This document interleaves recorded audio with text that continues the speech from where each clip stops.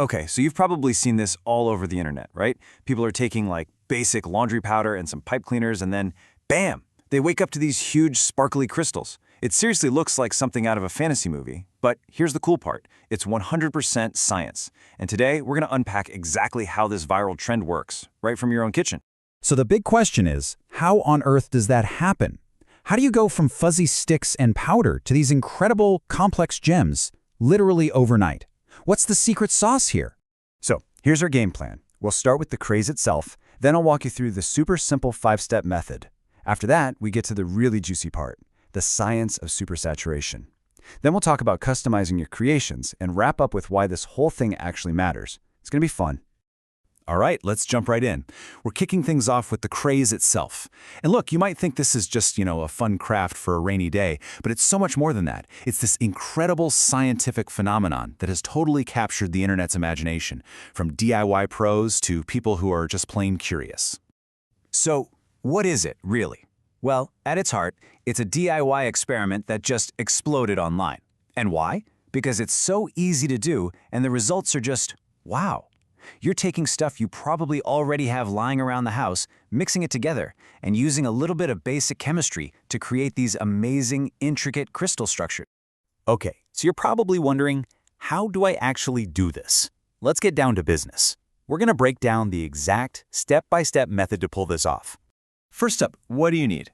Honestly, the shopping list is ridiculously simple. You need some pipe cleaners. These are going to be your base. Some borax powder, the stuff you find in the laundry aisle. A jar that can handle heat, some boiling water, and then a string and a pencil just to hang your little creation. And that's literally it. Now pay attention, because this next part is the most important piece of the puzzle, the magic ratio. It's 3 tablespoons of borax for every single cup of water. That's the secret formula. If you get this ratio right, you've pretty much guaranteed success. The science takes over from there.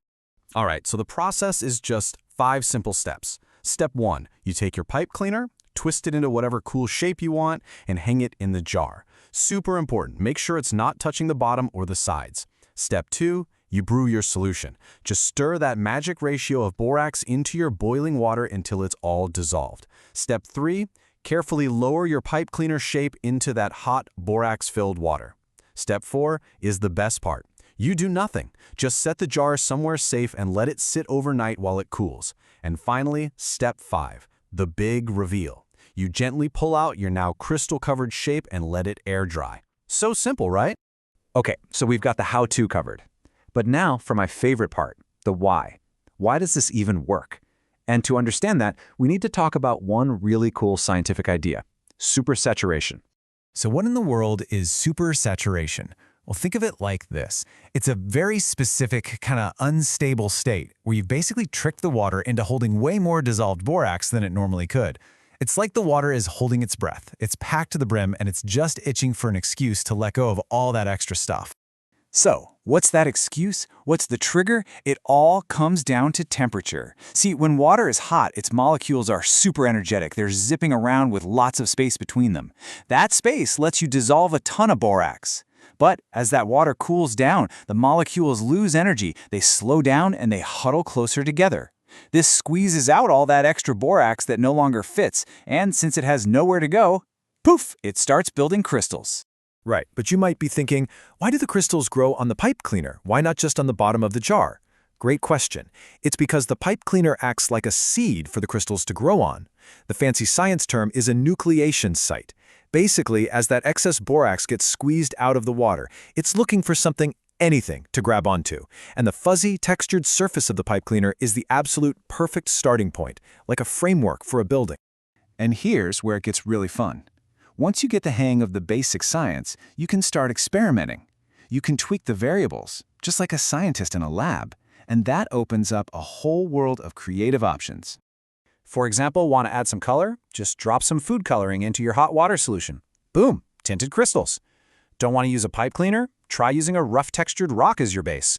You'll end up with something that looks just like a natural geode. Or hey, why stop at one?